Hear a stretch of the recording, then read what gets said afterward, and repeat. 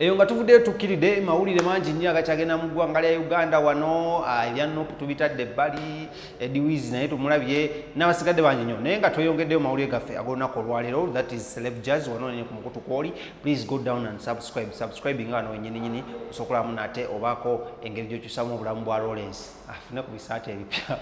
subscribing afune ekisaati kimu otutegedde bunyo tuli mitwalo 3 kitundu twagala kweza emitwalo 4 by end of this month so mutuyambe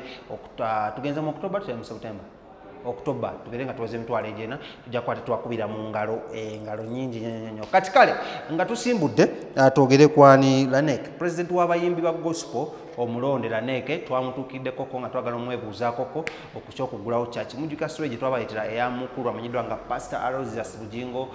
njagala okukubuuzaako how are you doing laja upon yourself abantu ba House of Prayer Ministries namwe tubatumirako nnyo Pastor kyomulala kyali waffe Lawrence otusobola okubuuzaako Pastor Yiga tukutumidde ngosese Pastor Yiga nero resettlement tulina okunoonya nabbi omukazi tulina omunoonya kale naye nga ne Pastor Yiga naye tukutumiddeko laja upon yourself how are you doing Pastor Kyawo omulala Pastor Wilson Bugembe oyo taata waffe tumwagala nnyo katusubire oli bulungi nnyo ogamba otya ne bakyali bonoonona abali awo abagiyita House of Worship House. Yes, our Worship House now ogamba otya. Kale ne president w'abayimbi Lanek yavuddeyo n'akola concert ku church ya Pastor amanyiddwa nga Life Christian Church esangibwa wali side ze bwayise eno nga pastor ya amanyiddwa nga Senyonga ono abadde ne controversy nnyo mu bayimu basumba ne bayimbi ne because buli omu alina gy'asabira tujja kugenderawo naye nga Lanek twamunoonyezaako ne tumugamba kino kigenda kuyamba kitya abayimbi okulaba muno baguddewo amachachi ag'enjawulo abayimbi bagenda kulaba nga bakola concert naddala aba gospel kubanga twalabye nga post ennene about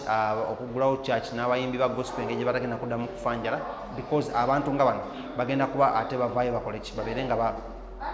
bannyonnyola ku nsonga zino bakola ebivulu ebyenjawulo naye nga awo wennyini ku nsonga eyo nyinyi njagala mbe nga nkutuusako ku mukulu amanyiddwa nga President Lanek ku bintu yayogedde about okugulawo kyaki n'abayimbi ab'enjawulo so okubanga okola ki ng'obitegeera omukulu ono ekisooka bulijjo naye simanyi nti omukulu President Lanek alina ekiwalaata. That is the first thing. No nakulu twamaze omukolako interview wano wennyini ku TV yaffe nategedde nti no omukulu ono President Lanek bulijjo alina ekiwalaata naye ng'akikweka mu nkofiira. But because we did an exclusive interview with President Lanek kamukutuuseko osooka omulabe then omala omulaba olwo byayogedde about opening of churches ate wetumala tukomewo tugende maaso. Lawrence teekayo video. Ogamba otya President Lanek? Jendi obulamu buli butya? Obulamu si bubi nkulaba leero oli mu gento akagatto ka ssente mmeka ako bannange nayogera ssente munnange abantu bajja looza ffe ababadde bafuna ssente mu gavumenti mu season ya covid ebyaddala owange amakyaki baagatadde yes twebaza mukama olw'omukulembeze president Yoweri Kaguta Museveni kuba ekisooka mukyala we mulokole ekyokubiri muwala we mubuulizi wa njiri she is a pastor era alina ne kanisa so ekyo kyabadde kibakatikako okukolebwa oba okikola so twebaza mukama nti bakikoze era ku Sunday abantu waliwo amakanisa agamu agabadde n'abantu 7 every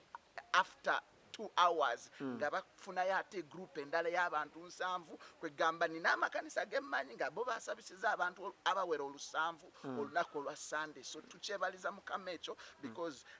ku side yaffe ng'abayimbi ba gospel kituwa opportunity eya platform nti omuyimbi wa gospel asobola okuyimbayo oluyimbo b'ennyimba 2 then omusumba n'ajja n'akola ki n'abuulira enjiri owange twalaba President Museveni yavaayo n'agamba nti kyakya giwadde abantu 7 yes 70 people yes batono but Bible egamba nti omu oba babiri bwe bakuŋŋaana Katonda abeera masekati gaffe era tukkiriza mukama nti abantu abo 7 ate Katonda abeerawo nnyo ddala but I think it's because ayagala okulaba engeri amakanisa bwe ganeeyisa mu season eya abantu ensanvu bw'anaalaba nga mu butuufu abantu banaaba engalo abantu basanitizing abantu bambala mask bulungi social distancing nga yeeyo weewaawo ajja kusumulula agambe nti kale Sunday ejja mubeere abantu 2 mubeere abantu 5 naye already twalabye dda abantu basukane mu 10 bagambye ensanvu naye wababaze wabaddeyo n'obabalabye twabalabye abantu basukane mu 10 ne mu 2 kitegeeza abamu tebagondedde mateeka ga mukulembeze ekyo kibeerawo but tunaabalaba cause kyemmanya amateeka weegali buli anaagamenya ajja kubeera arrested oba penalized. Waliwo interview gye twakolako lumu we twayogeramuko naawe n'ogamba nti ekibiina in fact obwa president baba bwetaaga ogenda bubalekera wabubalekera oba okyabuliko kyabuliko challenge eriwo is abantu balooza bino ebintu bya plug and play nti omuntu ova buvyeri n'okola president lanek byali mu kukola they are wrong kubanga it's not about position, it's about the passion, the heart. Omutima gwenina ne effort gyenteeka mu kintu kino. Nze nteekamu resources zange kasente nteekamu obudde bwange nteekamu okwagala oba okitegeera yes so oli ajalooza nti olw'okuba president nti naye bw'anaafuna title ya president nti bikolebwa nedda si bwe kiri era nabagambye nti bwe baba baagala federation yaabwe iyo bagitwale sikiinako obuzibu once a president always a president. Owange tulaba ku social media handles zo osaba osabisa oyagala kukola kyaki eyo oyagala kuva mu musumbawo no ndowooza olw'okuba nina embala eya Kristo kuze mu kanisa maybe bwe njogera waliwo yaŋŋambye nti Lanek buli lw'oyogera okakasa buli lw'oyogera akwasa amaanyi olinga omusumba neŋŋamba owaayo osanga maybe because Bible egamba nti oba one man said ofuuka ekyo kyo you become what you associate with kati abantu b'ensi bamu bonna babuulizi ba njiri so maybe ekirwadde ekyo kyanyingira ne kimbaka kati bwe tubanga tuli bakwogera tugambe nti no ekirwadde ekibanga kyakubaka tugenda kulaba Lanek ng'omusumba no sinaba kiraba ebiseera ebisinga eba calling nga Mukama ayisa omuntu jangu obuulire enjiri kakati nze nganze Katonda tanaba kumpita kubuulira njiri naye bw'ali mpita maybe osanga ndigibuulira naye right now yampita okulembera abayimbi aba gospel mu ggwanga erya Uganda era kyetuli mu kukola ye move kyetuliko okulaba nga industry tujambusa nga tukoola abasumba tukoola abakristaayo abalokole okuwagira abayimbi omanyi kintu kimu kyenjagala okunnyonnyola ensi nti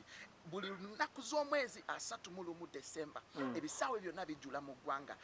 kyenjagala okunnyonnyola ekirala nti buli Sunday buli kanisa ejjula okitegeera kati kimpisa bubi nnyo okulaba nga abayimbi ba gospel we bakola ebivulu oba we bategeka anything to do with the art industry nti abantu baba batono okujjumbira tebabawagira nnyo katwagala okujjukiza abalokole nti Bible egamba nti kingdom cannot fight against its own kingdom obwakabaka tebusobola kulwanyisa bwakabaka bwabo tulina okuwagira abayimbi baffe nga ensi bwewagidde abayimbi baabwe naffe tulabe ku bayimbi nga beeyagala nga ba Chameleon nga beeyagala nga ba Bebe Cool nga beeyagala nga ba Bobby Wine kijja tuzaamu amaanyi. Okay tweyanziza nnyo Lanek.